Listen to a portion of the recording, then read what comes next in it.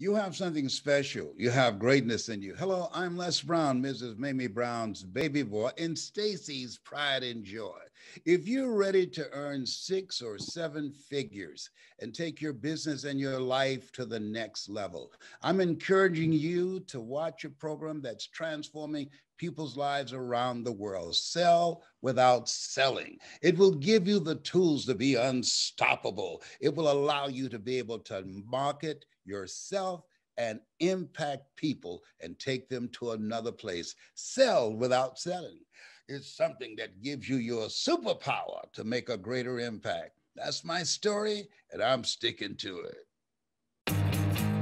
If you're ready to get out of your own way to follow the 7-figure science of success, then welcome to Sell Without Selling. Tune in with renowned international speaker Stacey O'Byrne as she shows you how mastering relationships, achieving the proper mindset, and attaining the necessary motivation will catapult you away from failure and onto your journey to greatness.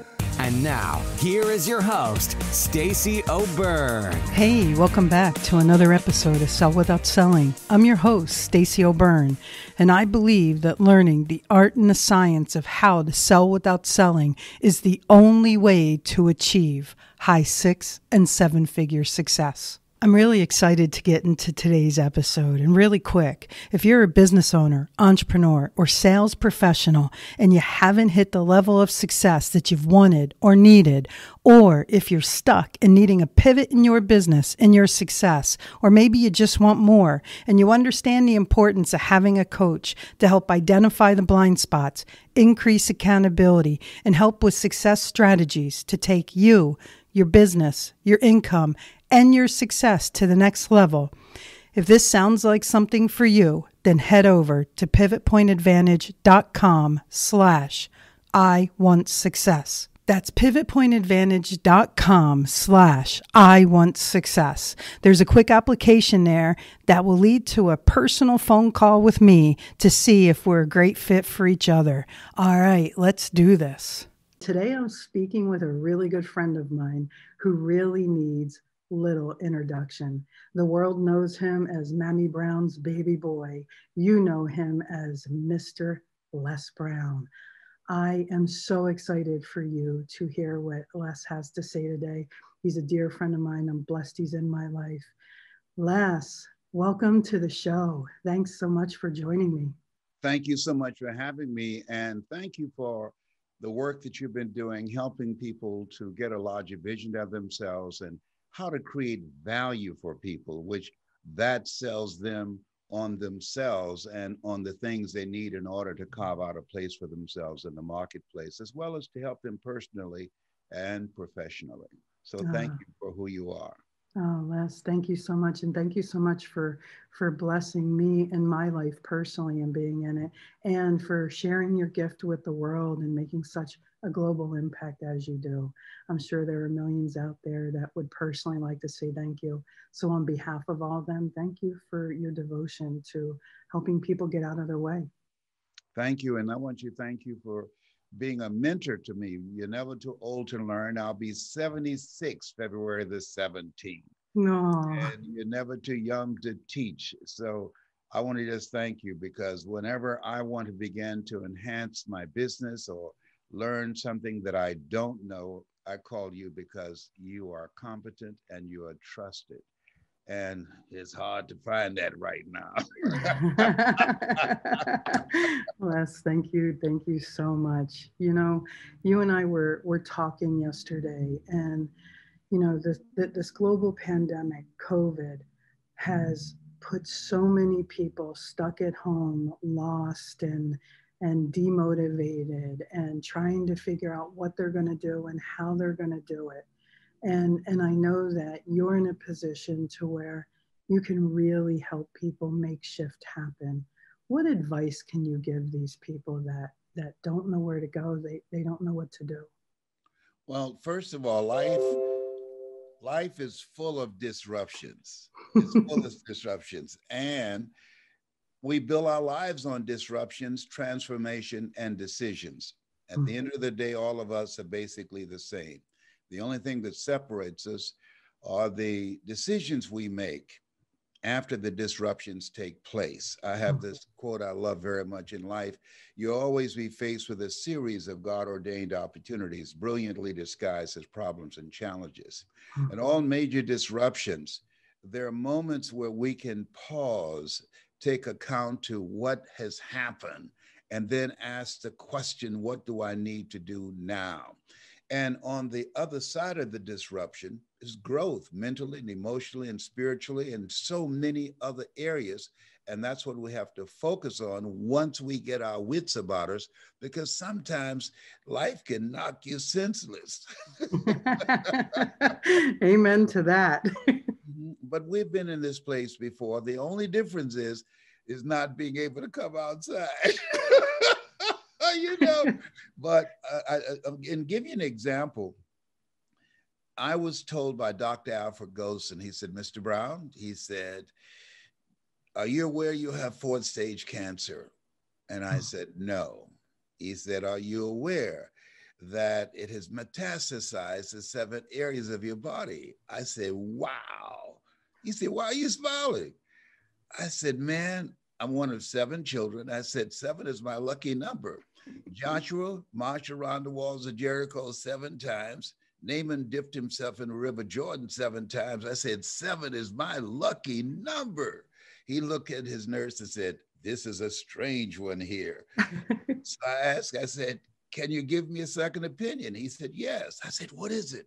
He said, and you're ugly too. I said, wow. I said, you didn't call me ugly, did you? Oh my God, you are crazy. He said, but you got this. We determine the diagnosis, but you and God determines the prognosis. I never tell my patients they're terminally ill. What I say is that my knowledge, my abilities, and my skills have terminated. Now it's on you and God to determine the prognosis. And as a result of that, Stacey, I left there not with a heart full of fear. Most people in a fearful situation, they forget everything and run. I left there with a heart full of faith. And faith, you face everything and rise. Faith not tested can't be trusted. It's easy to have faith when you have your health, your relationships are working, the children are acting like they have good sense, you got money in the bank, the business is working out. It's easy to have faith then. But when life knocks on the door, and it's coming, all experiences in life, the good times, they have an expiration date. The bad times, they have an expiration date. This thing called life is a roller coaster. That's why Forrest Gump said, life is like a box of chocolates. You never know what you're going to get. And that's all I got to say about that. So Les, you know, there have been a lot of people that woke up one day and the pandemic just happened and they found themselves on stay-at-home orders. Some of them found themselves furloughed. Some of them found themselves laid off. Some of them found themselves downsized. And reality is a lot of people today are trying to figure out how to keep their life going financially. And in my humble opinion, I really think we're about to see a new immersion of entrepreneurism, a very strong immersion of people trying to figure out how to continue to support themselves and make a living. You know, because let's face it, you do a lot of work with corporate America, and when that bear gets poked, that bear gets smart. And the pandemic poked that bear, and they realized that they can accomplish a heck of a lot more with a heck of a lot less. So we have a lot of people in middle America, in higher incomes and lower incomes, waking up, trying to figure out how they can continue to support themselves and pay their bills. I know that when you first started out, you struggled. You knew that you had a future. You knew that you had this fire in your belly and that what you were doing at that radio station wasn't enough. You knew you wanted more. How can you help these people see they have so much more inside of them and they can ask so much more of themselves? You know, the Lion King, Simba, you're more than that which you have become. When you look at where we are, just think about this now. We're in a golden age right now. And here's why I say this. When this took place, something happened that we did not anticipate. Life had just snatched a rug out from under us. Mm-hmm. Here's something that we have to look at. When something happens, you have to begin to discipline your mind to go within, not focus on what has happened, because where focus goes, energy flows. 2007, Time magazine said that the computer is the person of the year. Why? Because the computer can help you to begin to create a global business around the world. It eliminates geography. We've gone from brick and mortar to click and order. We have all the tools we need. When I got back from Dubai, when I went there, they were just having the clampdown and you had to go into quarantine. And I went from traveling all over the world to speaking virtually 3 to 4 times a day from home. So here's where we are. Number one, what's important? Mental resolve, because things are going to happen over this year.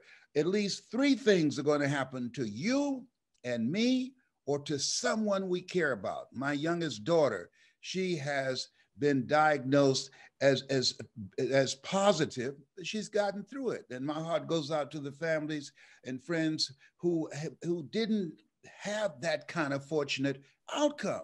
But in the meantime, she had to figure out, how do I begin to learn something else to make money, something else? When I was fired from radio, which I love and which was my life, and I didn't see it coming, I had to learn how to use my talent in another way. See, if you're not willing to learn, no one can help you. But if you're willing to learn, no one can stop you. So it's now in the comfort of our home, virtually, we can learn anything. Virtually, we can begin to create our own economy.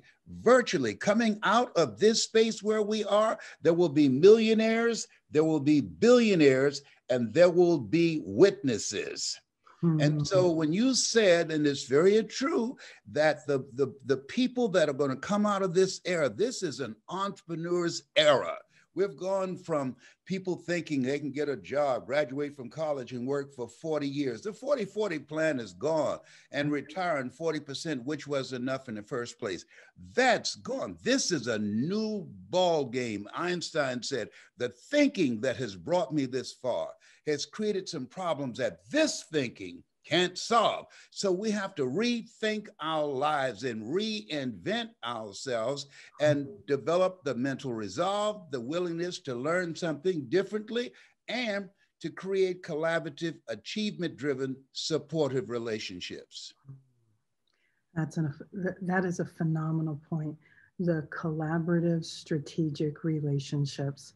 You know, so many people earmark themselves and label themselves as the solopreneur or the self-made millionaire. We both know no one gets anywhere alone. No. Can you talk about collaboration and how it's helped you? Without any question. We want to surround ourselves with people that we can learn from, that we can grow from. I remember a gentleman who really made a tremendous impact in my life. I was in his class looking for another student. He said, young man, go to the front of the room and work this problem out for me. I said, sir, I can't do that. He said, why not? I said, I'm not one of your students. He said, do it anyhow. And the other students started laughing, saying, he's Leslie. He's got a twin brother, Wesley. Wesley's smart. He's DT. And he asked, what's DT? He's the dumb twin. And I said, I am, sir. And he came from behind his desk in the spirit of you. And he said, don't you ever say that again. Someone's opinion of you does not have to become your reality. And that startled me. How we live our lives is a result of the story we believe about ourselves. He disrupted my story. When we speak, when your program comes on, the kind of training that you provide for people, how to sell without selling, what you do individually and collectively, distract, dispute, and inspire. When people listen to your program, you distract them from their current mindset of trying to hijack the market selling. You're saying create value. There's nothing that can represent what people want more than ever is for you to create value, and that will create the thirst for what you have, and they will sell themselves. Okay, that's one thing. But through the execution, with the interviews with your guests, that you dismantle their current belief system, and now they're able to upgrade their skill set and become more productive and have a more impactful career and be able to better serve the people that they're after and penetrate their marketplace. So this thing called life, distract, dispute, and inspire, this experience that you and I are creating right now will give people hope. When there's hope in the future, that gives you power in the present. It allows people to know, those who are looking for the light, that they are the light. And as their willingness to begin to know that they have everything within them to come through this experience stronger and better than coming into it, no matter how fast a caterpillar can walk, it can never fly. And so this is a cocoon moment when we are in and can't come outside. It gives us time to think. Mm-hmm. Amen to that. So now I know you're about ready to pray for me, because I'm going to say my line. You know, that itty bitty shitty committee in the head, the one that always says, I can't do this, I'm not worth this, I don't know the right people. How, in your opinion, do people tame that bully in the brain?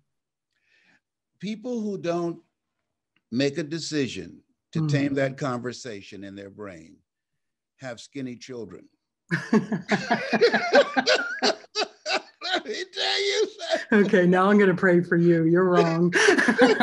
You are so wrong. I had to do a presentation at Procter & Gamble when I first started out as a speaker. And I had a cardboard visual aid. Now, this is the first time that I answered a call to come and make a presentation to a corporation like this. I'm an amateur. Everybody has had PowerPoint presentations, all right? Electric. And I'm looking, I said, oh my God. The little voice in my head said, you out of place. You know what? I mean, I took the time to go down to Walgreens and got... you can't make this stuff up.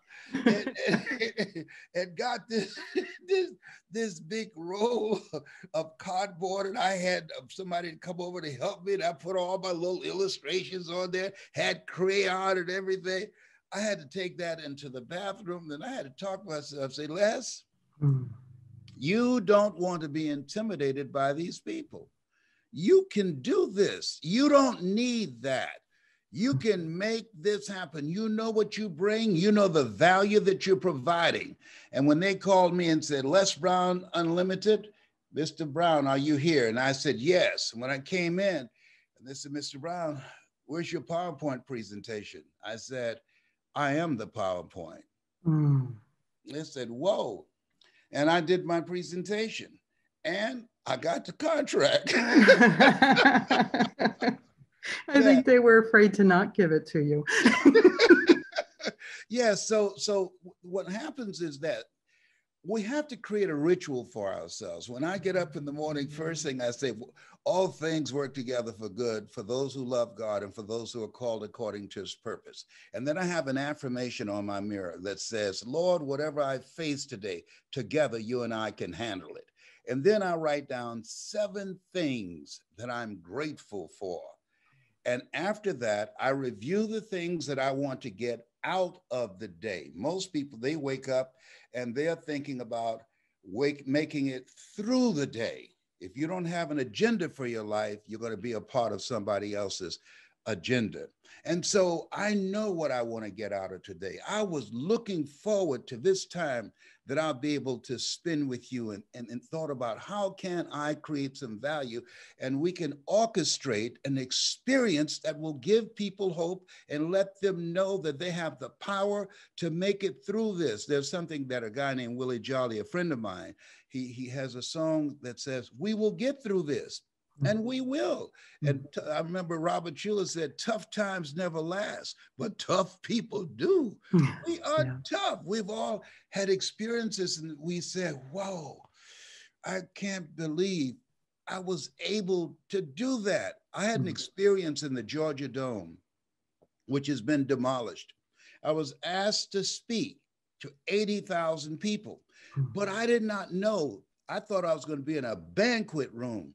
So here I am coming in and they were escorting me in the back and I'm thinking there's a banquet room about 500 to 700 people that I'm speaking to.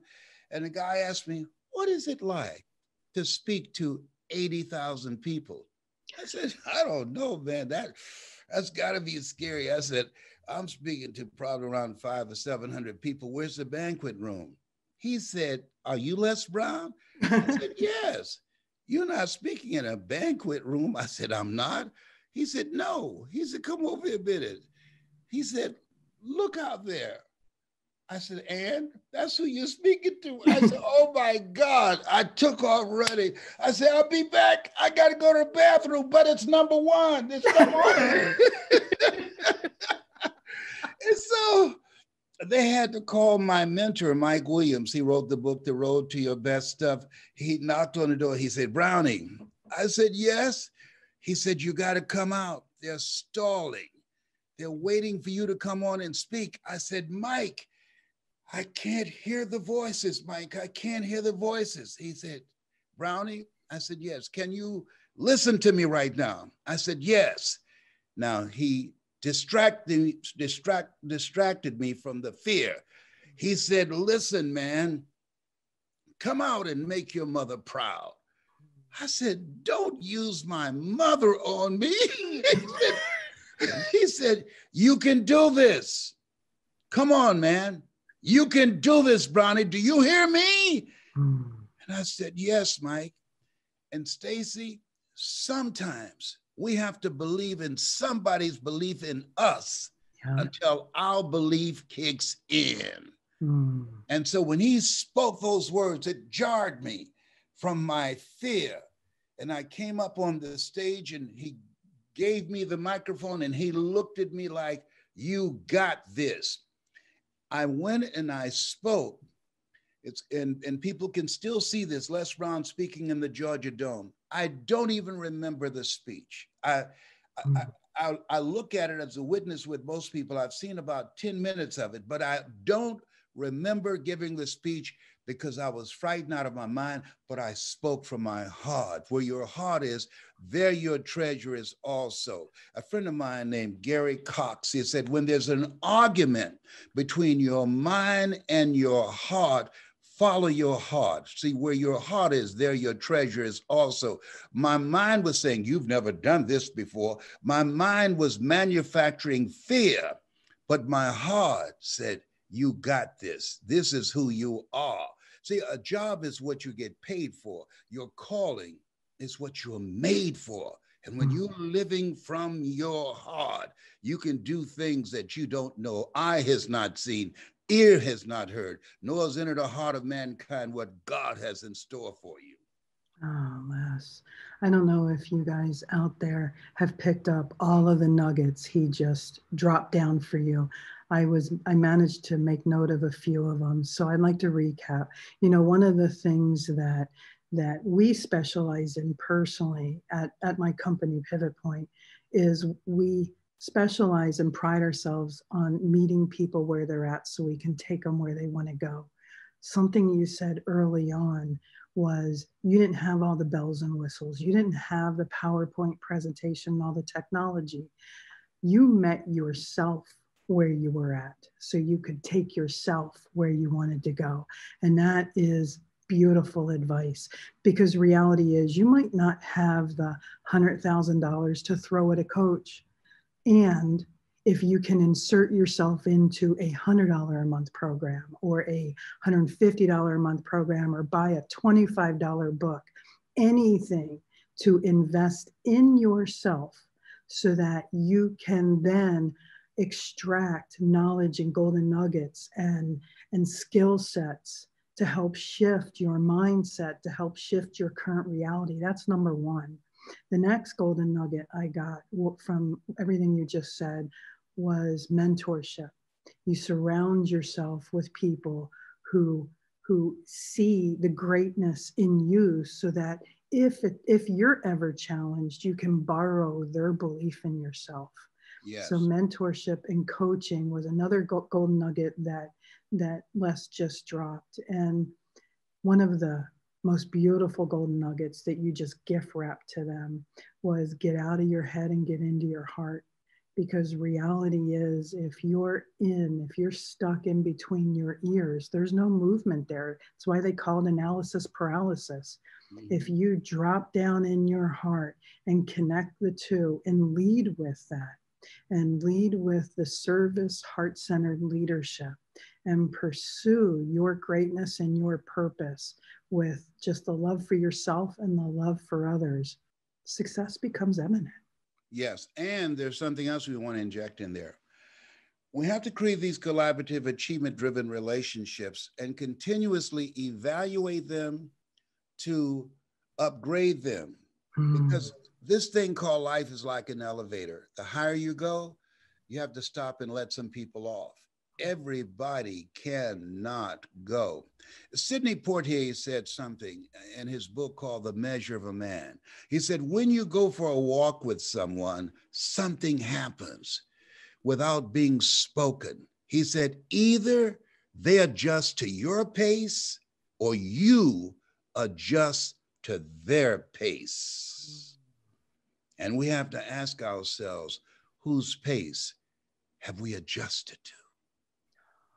That's phenomenal, Les. That is, you hear the old adage, birds of a feather flock together. Yes, yes. That's good and or bad.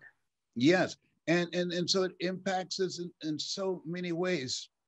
A person asked me the other day, you'll be 76 and you're not married. And I said, thank you very kindly for reminding me of that. And it's better to be alone than to wish you were. Okay, you're wrong again. I'm just going to declare that. Whatever. Okay, now you're really seeing Les at his prime. Yeah. So how has personal and professional development helped you help others? Oh, it's major. I train speakers, and what I say to them, don't practice what you preach. Preach what you practice. Oh, I love that, Les. Yeah, we don't want to just be messengers. We want to be the message. Mm-hmm. I'm still learning continuously. I'm still growing. I still read 30 to 40 pages a day. I discipline myself to learn something today that I did not know yesterday. And so by doing that, in this era, what Peter Drucker called, as you know, the era of the 3 C's, accelerated change, overwhelming complexity, and tremendous competition, that allows you to control your personal economy. And that allows you, in whatever area that you're in, to dominate your niche, to take no prisoners and eat the wounded. Behave. You can tell I didn't take my medication. I promised to be good. Les, I think you are being good. So as a speaker, and you actually brought this up earlier, when entrepreneurs, business owners, sales professionals, go to pick up that 10,000 pound phone to make a phone call, or go to open that door that they believe is deadbolt locked, or if they go to make that presentation, something happens. And it's actually, there's a word for it, a description for it. It's called imposter syndrome, right? And you kind of brought it up when you were talking about speaking in front of an 80,000 person stadium. How early on in your career did imposter syndrome haunt you, and how did you overcome it, if at all? Well, I buy into the thinking of Earl Nightingale, who gave the classic speech, "The Strangest Secret in the World." He said, you don't get in life what you want. You get in life what you are. Abraham Lincoln said, if I have 6 hours to chop a tree down, I'll spend 4 hours sharpening my axe. Yeah. This is a time that we have to invest in ourselves. It was Warren Buffett was asked a question in the last recession. What's the most important investment I should make? And here's a guy with billions of dollars in real estate, billions of dollars in the stock market. He said, the most important investment you should make is in yourself. Yeah.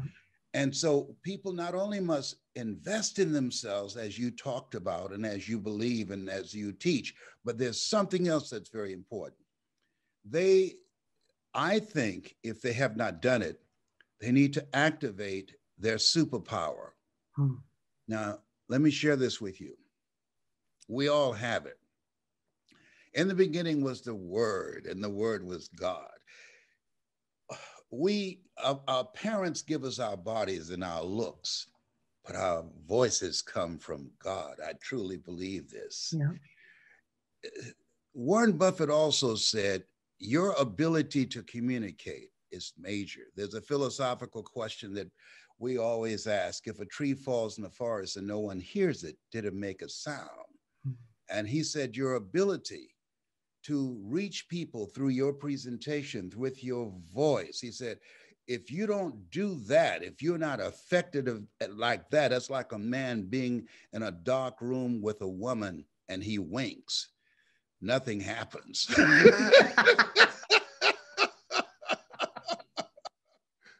Okay. Yeah. Now I'm going to say you're not right. No, 85% of your effectiveness to get a promotion or to promote your business, you are the storyteller. Steve Jobs said the storyteller is the most powerful person in the world. The only way that I was able, after being labeled educable, mentally retarded in the 5th grade, put back to the 4th grade, fail again in the 8th grade, no college training, born in an abandoned building on a floor in a poor section of Miami, Florida called Liberty City. The only way that I got here, being selected among the top 5 speakers in the world, Gentleman Norman Schwarzkopf, Lee Iacocca, Paul Harvey, Robert Schuller, this is some good company, by Toastmasters International, was honoring something that this teacher told me. He said, Mr. Brown, he said, practice OQP, only quality people. He said, develop your mind. And he said, develop your communication skills, because once you open your mouth, you tell the world who you are. And so when you talk about sell without selling, that's a communication approach. And people, when you speak, they're asking 3 questions. Who are you? What do you have? And why should I care? And the way you communicate that, your level of competence, the confidence that people will feel when you speak, the trust that you can ignite in them, that style of communication, when I hear you speak, when I saw you present, you touched me. I said, she's hot. I said, oh, behave. Yeah, because you are heart-centered. You touch me in the heart. What gave me the ability to stand out in this industry, I believe, and you do too, in this saying of Henry David Thoreau, do not go where the path may lead, go where there's no path and leave a trail, is that when you communicate with people, you want to speak from your heart, not from your head. The industry was built on providing information, from Think and Grow Rich by Napoleon Hill. When you just provide information, that impacts 2 areas of the brain. I came in telling a story. When you learn how to tell a story, you impact 5 areas of the brain, including the chemistry that you feel when you fall in love.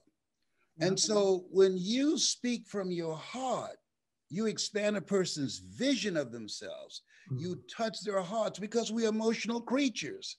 And you ignite their spirit to become, as Mother Teresa would say, a pencil in the hand of God, and start writing a new chapter in their lives. Come on, somebody. Well, oh, behave. This is why I love you. So yes. So, I've been studying human behavior for over 30 years, and, I'm a master trainer of neurolinguistics programming. So I really get into the heart of shifting people's foundation, and as it applies to their relationship with self, their relationship with others. And then I specialize in helping them apply the science into business and sales. So for me, you said something really impactful that, if I may, I'd like to add to it. You brought in, that it's important to be a storyteller, and science has proven that impacts their five senses.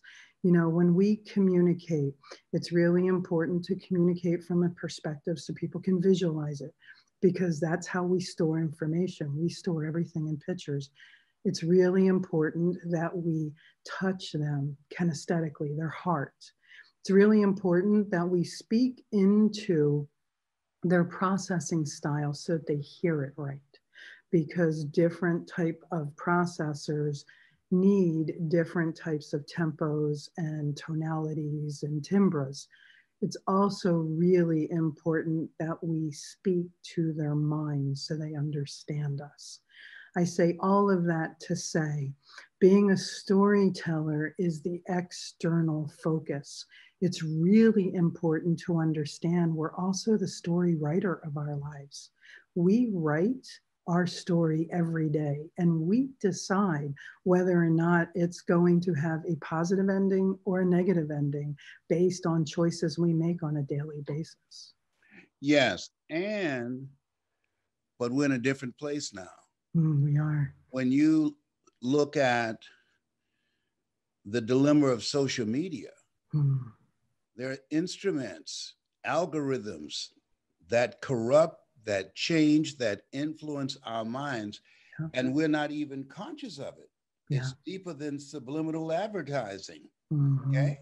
Now, when we speak, our goal is to create a significant emotional event. That's how people change. There's a saying, you can take a horse to the water, but you can't make him drink. However, if you know how to use your story to interrupt their thinking, to create a significant emotional event that introduces them to a part of themselves that they cannot discover by themselves, now you can take them to another place. And so what we do with our voice and how we show up behind the words that we speak, that is the driving force that people experience. We want to create an experience. Oliver Wendell Holmes said that once a man or woman's mind has been expanded with an idea, concept, or experience, it could never be satisfied to going back to where it was. So when Mr. Wash said, Mr. Brown, someone's opinion of you does not have to become your reality. Whoa. My mother said sticks and stones can break your bones, but words can never hurt you. Words can hurt, and very deeply. But when he spoke those words, he jarred me. When he spoke those words, he gave me a glimpse of the Les Brown that was in me, but I wasn't aware of him. Okay? And he took me to a place, you can't read the label when you're locked in the box. Yeah. And allowed me to be liberated through my mind by seeing myself differently, which also impacted on how I show up in life, how I show up in my relationships, how I show up in my business, in the marketplace. All of those factors come into play. And this is a place where we are now. And that's why I say in my brand new book called You Gotta Be Hungry. Right thinking, right words, right relationships, right decisions, and the right heart-centered things that you believe in. A job is what you get paid for. A calling is what you are made for. Most of us are living a misplaced life. Many people, they die at age 25 and don't get buried until they're 65 because they haven't taken the time to do what you provide for people, to discover who they really are. And that knowing, that truth will set them free from a life of mediocrity to get out of their head and into their greatness. And when you're pursuing your greatness, you don't know what your limits are. So you act like you don't have any. That is such an incredible point. You know, you once again have dropped 100 gold nuggets. That's why I love talking with you. You bring it out, but you know how to bring it out me now. Yeah. You know, one of the biggest points you made there is success, selling, the whole foundation of everything you want as far as your dreams go all starts with self. And in order for that to happen, and I say this time and time again, you got to do the inner work for the outer to ever work, right? And you just hit them with a solid gold nugget that in order for others to trust you, you have to trust yourself. Yes, absolutely. And they will feel that. They will know that. How we show up behind the words are far more important than the words that we speak. The other thing that's very important that you do as a speaker and as a trainer is, and it gave me an advantage, that the speaking industry has been governed by the Dale Carnegie course. Tell them what you're going to tell them, and then tell them what you told them. My mentor, Mike Williams, who wrote the book called The Road to Your Best Stuff, and I wrote the foreword for it, he said, Brownie, never let what you want to say get in the way of what your audience want to hear. Conduct communications intelligence. Find out their sweet spot. What's stressing them out? What's the unspoken conversation? What is the third-party validation they're looking for from you that they can't say, but you can strategically, with your story, that you can go into that place where they can't go and allow that audience, that you can unify them, because there are audiences inside of each audience, to become one audience and begin to look at themselves differently, even though they might be geographically separated, but you can unify them with your words used strategically. And so they now have one vision that's driving them. Now you don't have to say you need to be engaged or interrupt their distractions. Now they want to be engaged because you've spoken to them where they are. You took the time to develop a working knowledge of what they do. You took the time to treat them like a person. People don't want to be treated like a transaction. They want to know, do you care about me? Maya Angelou said that people don't care how much you know until they know how much you care. You know, Zig Ziglar said, if you give enough people what they want, they'll give you what you want. And people want a listening ear, which you're very good at. And they want to know, do you care about me? Can I depend on you? Can I trust you? That's major. That's huge. You know, I'm really excited to ask you this next question, because I really want people to hear how you define success. And the reason why is, you know, for me, I believe success is far beyond the almighty dollar. You know, for me, success is about having harmonization in every area of life and thriving in it and showing up and delivering 100%. And I know you have shook hands with, held presence with, and been in company of the most influential people in the world for decades. Yes. So how do you define success? I'm glad you asked me that question. I've been just reflecting on that a lot. Somebody asked me, what 3 things do you want people to say about you when you check out? And I said, I want them to say, I aspired to inspire until I expired. To me, success is answering the call on your life. As I mentioned earlier, a job is what you get paid for. A calling is what you are made for. Taking the time to answer the question, why am I here? Life is a question, and how we live our lives is the answer. As much as you have chosen to do this show, as much as you have chosen to be a speaker and a trainer and an entrepreneur and transform thousands, millions of people's lives around the world that you'll never meet, that you were chosen for this. Because when you are answering the call in your life, it's something that you love so much that you do it for nothing, but you do it so well that people will pay you to do it. So this is who you are. You were chosen out of 400 million sperm to do this, the greater work. You are a masterpiece because you're a piece of the master. I hope you guys all took in the power of that, because success isn't about your bank account. You know, one of the biggest mistakes I ever made was I attached my self-worth to my net worth. And when I had a business that was embezzled from me, and I spent the next 4.5 years in court with the partner that did it, I lost myself because I didn't have that 2 comma income, that 2 comma balance. And I lost the foundation of who I was until one day I realized I never lost that. She was always here. And reality is my circumstances have changed. And, you know, the forest always looks darkest when you're in the middle of it. And if you keep putting one foot in front of the other, you'll eventually come upon the light. And that light is that purpose.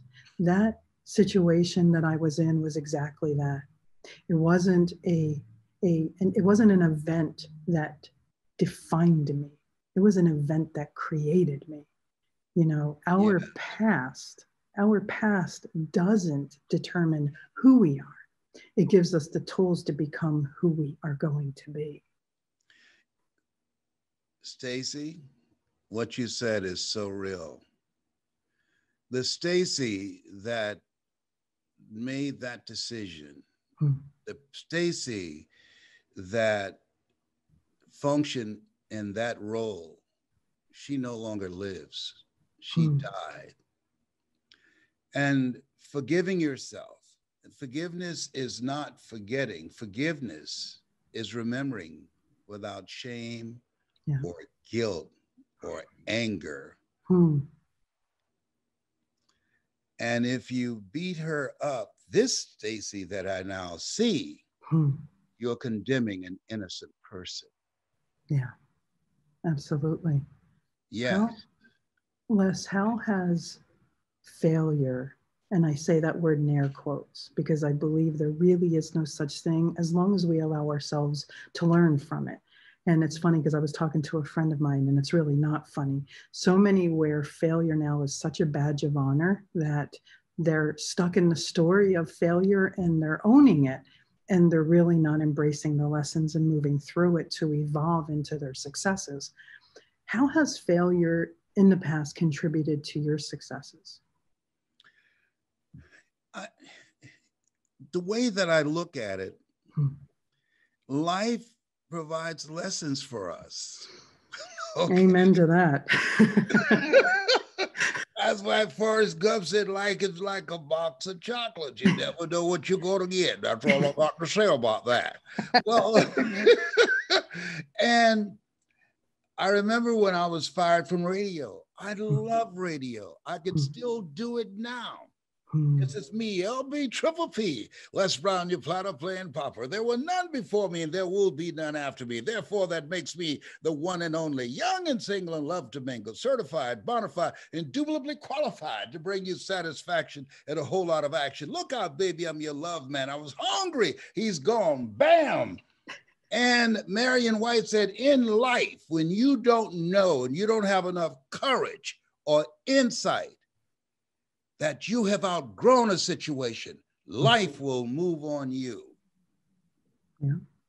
And so I believe that those things that we go after, to me, what's most important is not the accomplishment of the goal, but who we become in pursuit of the goal. There's power in pursuit, not in capturing the goal. The person that I became and wanting to be a dominant voice in television, I didn't get that. I wanted it, but I didn't get it. But I discovered a part of myself that had I not been willing to risk, I would not have discovered. Viscott said, if you're not willing to risk, you cannot grow.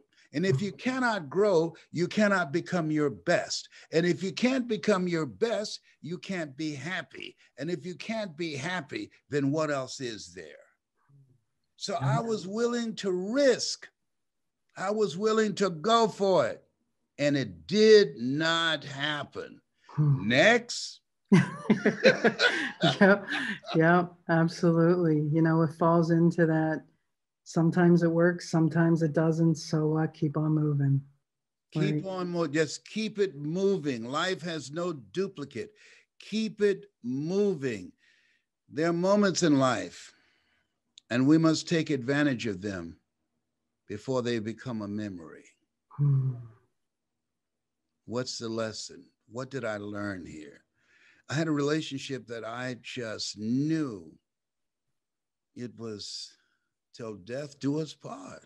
I just knew that I knew this person and that she loved me. And she did not. And what we do, the work that we do, we speak to people with broken hearts, empty pockets, and a boatload of failures. Yeah. And we help them to realize greater is he that's in you than he that's in the world. Yea, though I walk through the valley of the shadow of death, I shall fear no evil. We help them to realize you are made in the likeness and image of God and been given authority and dominion over everything on the face of the earth. But you will never exercise authority and dominion over your life until you exercise authority and dominion over what you are not. Most of us go through life living a lie delivered by the world. Most of us, because of weapons of mass distractions, we don't have a clue of who we are. The work that you're doing is to help people do something that Miles Monroe said, rob the cemetery of your gifts, of your dreams, of your abilities, of your invention, of your leadership, of your book, of your voice. There's something in you. You were chosen to do the greater work. Don't take that with you to the graveyard. Rob the cemetery of it. You know, once again, hundreds of golden nuggets dropped. I want to extract one real quickly for them. There were hundreds there, but you brought up, you're not going to get through life standing still. You know, when the pandemic hit, so many people put everything on hold. I'm going to wait till this is over. Reality is life doesn't stop. Reality is nothing stops. If you stand still and do nothing, then you're actually moving backwards. And if you're, you know, what we feed grows and what we starve dies. So if you're not moving, you're not evolving. And I love the analogy that you had brought up. It's really important for people to know, continue to move, continue to go in a direction, stop and take a quick inventory on whether or not the direction is taking you where you want to go. Sensory acuity is really important. And then continue to move, be productive, and avoid being busy. Leo Tolstoy said, he's a Russian author, he said, as I face inevitable death, What in the meaning and purpose of my life that will not be undone or destroyed when I'm gone? And I believe that the people that you have trained and impacted, and those people, as they go out into the world and touch and speak and train and impact other people, and that continues, that work will not be undone or destroyed when you're gone. We are here to live a life that will outlive us. Amen. So, Les, welcome to the signature question of the show. And that is, what does selling without selling mean to you? To me, it is giving of yourself and creating value to the extent that people say, I want what you got. I want what you have. Thank you. That has been, the speaking industry has been hijacked by people selling. I get over the numbers that I look at. I say, wow. According to the National Speakers Association, the average speaker gets around 25 requests a year. I don't know how to sell from the stage, and I don't. I spoke and speak for corporations. I get over 3,000 requests a year. Because when you impact people, when you change how they see themselves, they'll leave your presence feeling better about you, feeling better about themselves, and they want to take a part of you with them. That's my story, and I'm sticking to it. Yes, you are, and keep sticking to it. So welcome to the random round, Les, and I believe that success leaves clues. So I like to ask one or two questions to extract these clues so that our listeners can adopt them into their life if it fits. So, okay, I'm really scared to ask you this question. I'm going to ask you anyway. Yes. So what is your favorite word and why? I've never been asked that question. My favorite word is faith. Love it. I'm adopted. A reporter asked my foster mother, who adopted us, how did you know you could do it? And she said, I just believed that the Lord will make a way somehow. And that's how I approach life. The things that I've been blessed to be able to do, the lives that I've been able to touch. I'm here because of God's grace and mercy. I'm a 29-year fourth stage cancer conqueror because of God's grace and mercy. And I think through faith that I'm here not for myself, but to be of service. A Horace Mann said we should be ashamed to die until we've made some major contribution to humankind. And my goal is to live my life in such a way. I'm here because of two women. One gave me life, the other one gave me love. God took me out of my biological mother's womb and placed me in the heart of my adopted mother. And I want them to say on the other side, when I cross over, boy, you made us proud. You made us proud. Unless you have. You absolutely have. The impact you have made, you make, and you are yet to continue to make is life-changing and world-changing. You are truly an impact driver. You really are. Thank you. You're very kind. So, Les, I really appreciate you taking your time out of your busy schedule to share with us your greatness. And I know, I'm confident our listeners are going to want to find you. What do you have going on now? What can they plug into with you? I'm working with a select number of people who are hungry to make a difference on the planet and to change their lives, and their voice is their superpower. I just encourage them to go to hungrytospeak.com, hungrytospeak.com, and they're going to get some motivational messages that will transform their lives, and I'm encouraging them to send it out to as many people as possible. And if they choose, they can sign up for an orange package, but if they're interested in me coaching them one-on-one, they can leave information there for that. I want to say this to you. Yes, sir. I love you. Oh, Les, I love you too. I'm blessed you're in my life. I love you very much, and I appreciate you. The feeling's very, very mutual. It truly is. And thank you for all that you do for me, my family, and for, I can't speak for everyone, but I'll do my best. Thank you for helping us all find our hunger and finding the greatness inside of us. Because Les, I remember seeing you 20 plus years ago, and you touched me so much. I knew one day I needed to be up there. And then when I reached out to you, a mutual friend connected us, you were there for me.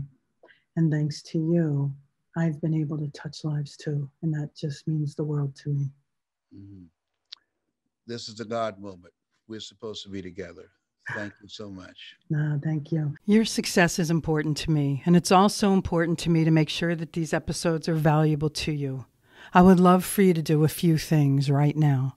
I'd love for you to hop over to Instagram and follow us at Pivot Point Advantage. That's hop over to Instagram and follow us at Pivot Point Advantage. Second, I'd love it if you'd head over to Facebook and join our Sell Without Selling community. That's head over to Facebook and join our Sell Without Selling community. We have an immense amount of interaction on both platforms. We also share different information on both platforms, so we look forward to seeing you there. Last and definitely not least, I love to chat with you, give feedback on the episodes, and find out any topics that you're interested in to help make this podcast more powerful and helpful to you achieving the success you've always dreamed of, desired, and deserved. Head over to pivotpointadvantage.com/talk to Stacey. That's pivotpointadvantage.com/talk to Stacey. Let's get a 15-minute call on the schedule. I look forward to getting to know you. Always remember this: choice is a powerful thing, and suffering is always optional. Get out of your way so that you can get on your way, so you can finally have your way. Thanks so much for listening, and I look forward to talking with you soon. Whether it's mastering your mindset, communication, or success, we have more ways to keep you on your journey to greatness. Be sure to visit us at pivotpointadvantage.com for exclusive online training programs, success-specific courses, and more ways to connect to Stacey directly to help you achieve the financial success you've always desired, dreamed, and deserved. That's all available on pivotpointadvantage.com.